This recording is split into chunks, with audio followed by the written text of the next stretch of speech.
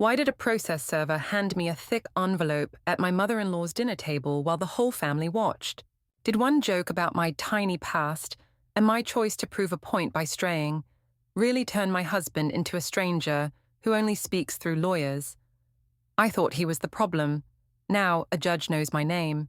My name is Ottilie Greyheart, and I am 33 years old, working as a receptionist at a small dental clinic where I spend my days smiling at patients and pretending my life is perfectly normal when it has always been anything but.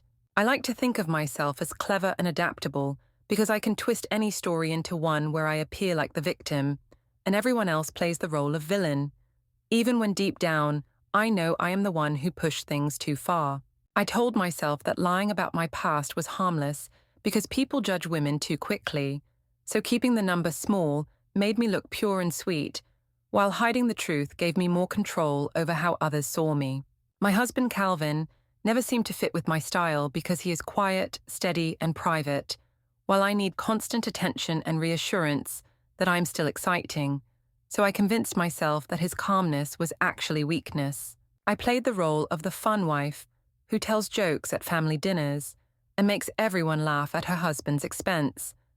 And I thought that gave me power over him, when really, it was just cutting him down until he finally decided enough was enough. I always believed I could talk my way out of any problem with charm or by turning people against him. But now I see that Calvin found a language I could not twist. Stamped papers and lawful orders that exposed my little games. We were at Mama Inez's restaurant for my cousin's birthday when I decided to make a little joke that I thought would make me look witty and playful. But instead, it became the spark for everything that followed. The place was crowded with family and neighbors, the tables pushed close together, and the sound of music mixed with the clatter of plates. And I felt like it was my moment to shine because everyone was already laughing at silly stories. Calvin sat next to me looking calm as usual, and I could see he was uncomfortable because Lena had been teasing me about my younger years and how wild I used to be, so I leaned into it instead of shutting it down. He had asked me earlier at home about my past in that steady voice of his, and I had brushed it off by saying he worried too much, so when Lena brought it up at dinner, I acted as if he was obsessed with numbers. I told everyone that my husband kept asking how many men had come before him, and I claimed he was so desperate for control that he even tried to count faces in old photos, which was a complete exaggeration, but the way I delivered it made the table roar with laughter. Calvin's face changed slightly, and he said only once that he had asked me years ago, but I laughed and rolled my eyes and told everyone that he was sensitive, which only added to the performance I was putting on. My sister leaned in and said, "Men just cannot handle strong women," and my cousins nodded while taking sips of their drinks, and I felt the glow of being on stage while my husband looked like the uptight one. Diana, his mother, gave me a sharp look across the table and asked if it was wise to bring up such personal matters at a birthday dinner, but I brushed her off with a smile and said I was only joking, which made it seem like she was the one being too serious. Joel, his father, quietly paid the bill earlier than usual, which I noticed but pretended not to, and Eva asked me why her father looked sad, which made me uncomfortable, so I told her he was just tired. My own mother tried to steer attention back to the cake by offering everyone extra slices, and I sat back feeling triumphant because I had turned my husband into the butt of the joke and myself into the life of the party. After the candles were blown out and the children started running around, I went to the restroom and looked at myself in the mirror, pleased with the way I had handled the night, and I decided to send Marek a selfie because I wanted someone to remind me that I was still the girl I pretended to be. I texted him that my husband was giving me another lecture about the past, and I laughed to myself while adding a heart emoji, enjoying the little secret thrill of it. I knew Calvin would not bring it up again in front of the others because he hates public scenes, but I also knew the silence he carried home would be heavy, and I was ready to twist it into another story about him being cold and controlling. When we left the restaurant, Lena whispered in my ear that everyone thought Calvin was insecure and that I should not let him drag me down, and that comment stuck in my mind as we drove home in silence. I decided that night I would prove I was trustworthy in my own way, not by staying home or explaining myself, but by going to the late class at the gym where Marek worked, because in my mind that was independence. Calvin tucked Eva into bed while I packed a bag and told him I needed to clear my head, and he only nodded without a fight, which I saw as weakness rather than patience. I walked out the door feeling powerful, not realizing that each step was taking me closer to the moment when all of my games would be documented and used against me. At first, I told myself the late classes at the gym were just exercise and self-care, but the truth was that I liked how Marek looked at me as if I was the most interesting person in the room, which made Calvin's quiet disapproval feel even smaller. The gym was always dark with music pounding and lights flashing, so it felt like nobody could really see me clearly, and I convinced myself that anything I did there stayed inside that loud, sweaty space. Calvin asked one evening if I really needed to be out so late, and I told him that the gym was the only place I felt alive, making it sound like he was the reason I had to escape. I went back to work the next morning and told my coworkers that Calvin had practically interrogated me about my schedule, and I exaggerated until it sounded like he was keeping me under surveillance, which made them all nod sympathetically and say, "Men like that never change." At home later, when he asked again about the time, I told him he was acting like a parole officer, and I smiled as if it was a joke. But Eva was listening and asked why Daddy was timing me, which I brushed off quickly. Marek started giving me extra attention at the gym by offering to check my form privately, and he saved a spot for me in the front row, which I accepted because it made me feel like I still had choices beyond my own husband. After class, he invited me to sit in the cafe with him for tea, and I stayed longer than I should have, telling him that Calvin's jealousy was suffocating and that I sometimes felt trapped at home. Marek leaned back and said he understood complicated love, and I heard permission in his words, even though he probably did not mean it that way. When I returned home that night, Calvin was reading Eva a story in the living room, and I slipped past them with a smile that looked sweet but felt guilty, though I quickly replaced the guilt with irritation at his calm silence.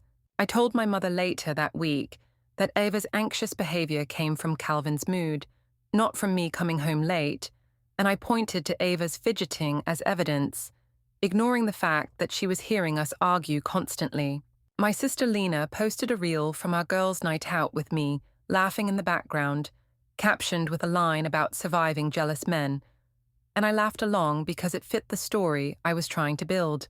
At brunch with my cousins, I claimed Calvin demanded I list every person I had ever dated, and they groaned on cue, calling him obsessive, which gave me the validation I wanted. Back at the clinic, I played the victim again by telling the hygienists that Calvin watched the clock every time I left the house, and they said I deserved freedom, which only fed my sense of righteousness.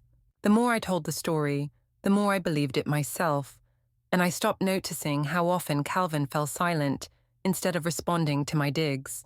One night, Marek sent me a picture of 2 smoothies lined up on the cafe counter with a message that he had saved my favorite, and without thinking, I replied that I would be there in 5 minutes.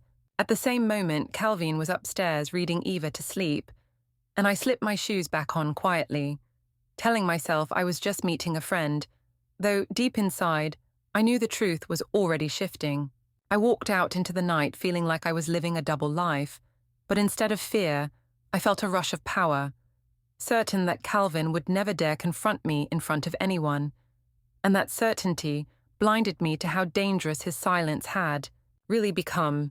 The first time I crossed the real line with Marek, I told myself it was only to prove that I still had power. But once it happened, I realized how quickly a secret could turn into a habit. We met at a small budget hotel near the gym. Nothing glamorous, just a place with thin curtains and a buzzing lamp. And I walked in, pretending it was casual, even though my heart was racing with excitement and fear. Afterward, I told myself it meant nothing, and that I could return home and act like the same wife and mother. But the truth was, I carried a new energy that made me sharper and crueler toward Calvin.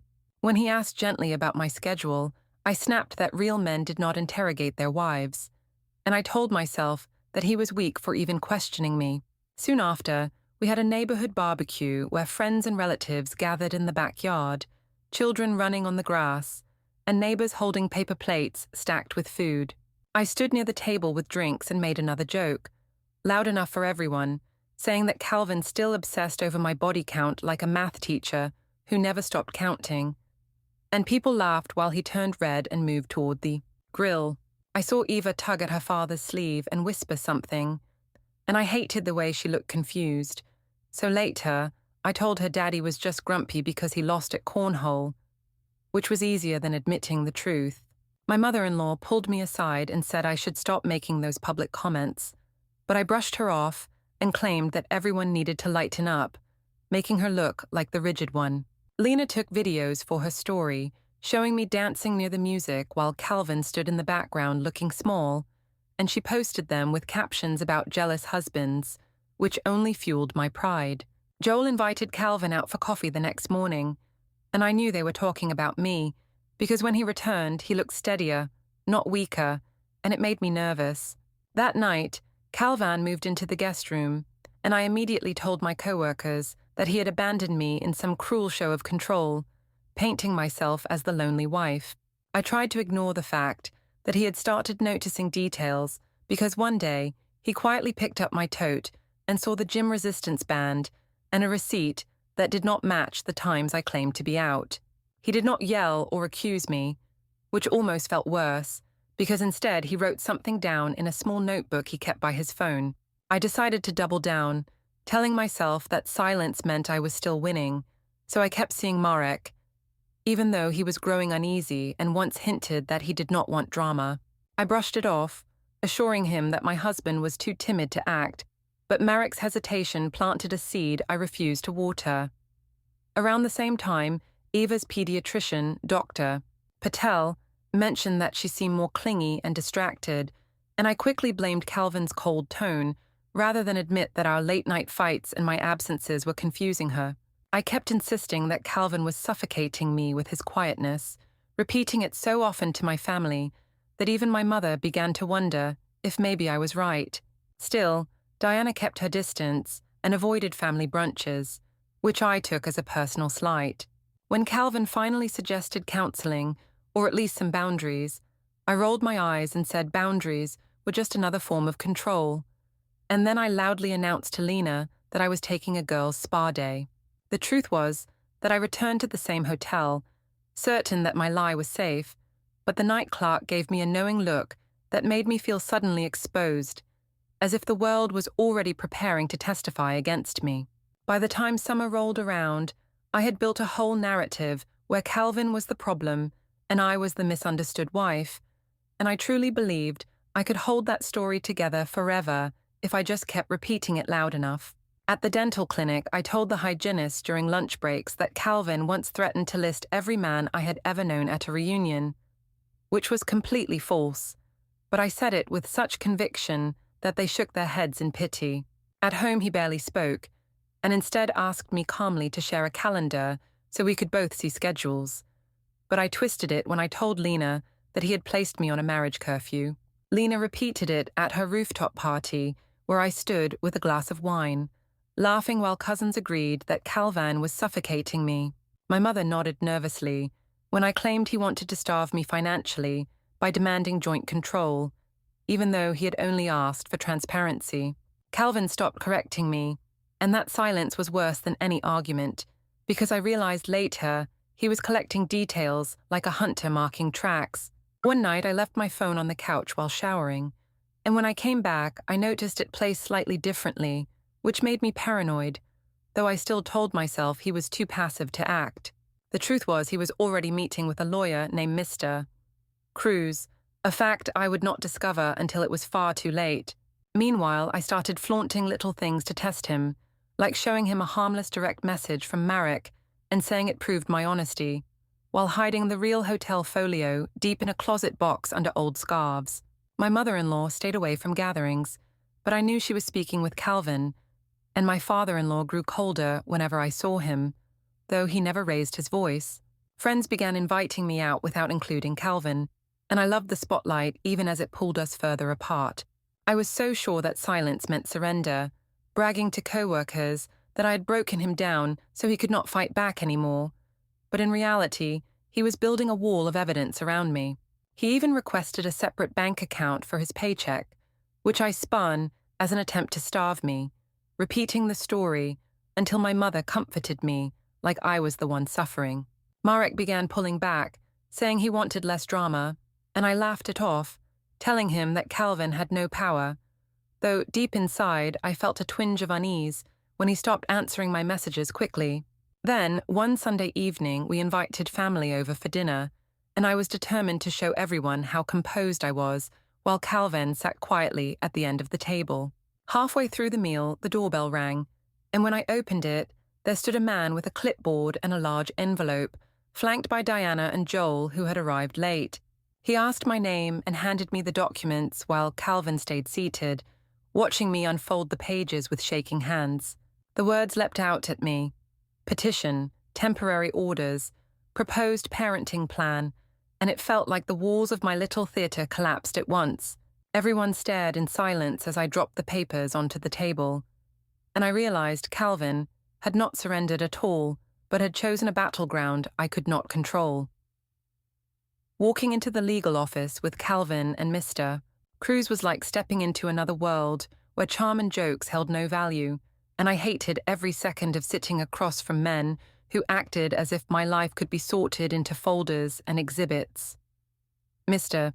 Cruz spoke calmly about timelines and temporary orders, explaining how shared custody would work and how finances would now be separated, while Calvin nodded quietly without once looking at me for approval. I tried to break the mood by saying that this was just an ambush because he could not win my heart, but my words fell flat in that cold room with its stacks of paper and buzzing fluorescent lights. Later at the townhouse, the dining table was covered with documents, calendars, and printouts, and I tried to convince myself I could still spin the story if I just cried enough. I called Lena and told her that Calvin was trying to take Eva away from me, which made her rage on my behalf, though she had no idea about the hotel receipts sitting in the lawyer's binder. I called Marek and told him my husband was stalking me with paperwork, but he went silent on the phone, and after that he stopped returning my texts altogether. At work, I told my colleagues that Calvin had forged banknotes to make me look reckless, but Mr. Cruz calmly presented real account logs showing dates and balances, and I knew deep down I could not talk my way out of numbers. When Calvin froze the joint card except for rent and groceries, I accused him of trying to ruin me financially, but then he filed an expense sheet for Eva's needs that made him look practical, while I looked hysterical. I cried to my mother, saying Calvin wanted to destroy my reputation, but she told me gently that maybe I should pause my nights out, and I felt betrayed because I expected her to defend me without question. Diana, of course, offered to handle weekly pickups of Eva, presenting it as help, though I knew it was a way to monitor me, and I accused her of manipulation while everyone else praised her. Joel handed Calvin a folder of school emails showing Eva's stress signs, which made me furious because it looked like father and son teaming up against me, and I accused them both of plotting. Dr. Patel gave us a handout on routines for children, and Calvin immediately agreed to follow it, while I rolled my eyes and said routines were just another form of control, which made me sound selfish. Mr. Cruz assembled everything into a neat motion: the text from Marek, the Ring camera alerts, the daycare late pickup notes, even my own social posts mocking Calvin about numbers, and I felt trapped by my own words. When the temporary hearing was scheduled, I thought I had time to prepare, but then the email came saying it was moved up to Friday, only 3 days away, and panic began to sink in. At the park where we met for an exchange, I tried to hand Eva my phone to call Marek, but Calvin simply pointed to the temporary order, stating no unrelated adults could be introduced, and his calmness made me want to scream. I snapped that the judge would laugh at his mountain of paperwork, but in truth, I felt the walls closing in, and for the first time, I realized his silence had been the most dangerous weapon of all. The courtroom was colder than I imagined, with pale walls and the sound of papers shuffling louder than any words, and I sat there thinking I could still charm my way through, but the judge's eyes told me otherwise. Calvin spoke first, and his voice was steady as he answered questions about Eva's routine, her bedtime, and her school activities, never once raising his tone or attacking me, which made him appear calm and reliable. When it was my turn, I launched into a speech about how jealous and controlling he had always been, repeating the story of him asking about my body count and claiming he demanded lists of names.